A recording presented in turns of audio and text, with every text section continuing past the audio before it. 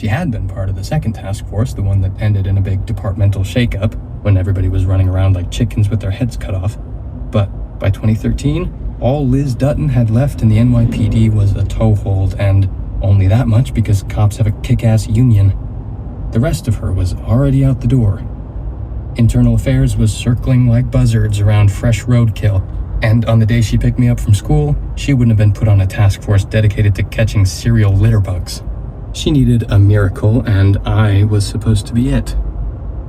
By today, she went on, every cop in the boroughs had Kenneth Terrio's name and description.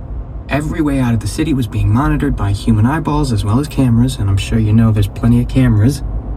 Nailing this guy, dead or alive, became our number one priority because we were afraid he might decide to go out in a blaze of glory. Maybe setting off a bomb in front of Saks Fifth Avenue or in Grand Central. Only he did us a favor. She stopped and pointed at a spot beside the path. I noticed the grass was beaten down as if a lot of people had been standing there. He came into the park, he sat down on a bench, and he blew his brains out with a Ruger 45 ACP. I looked at the spot, awestruck. The bench is at the NYPD Forensics Lab in Jamaica, but this is where he did it. So, here's the big question. Do you see him? Is he here? I looked around.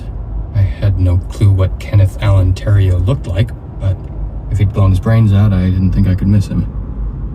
I saw some kids throwing a frisbee for their dog to chase. The dog was off his leash, a Central Park no-no. I saw a couple of lady runners, a couple of boarders, a couple of old guys further down the path reading newspapers, but I didn't see any guy with a hole in his head, and I told her that.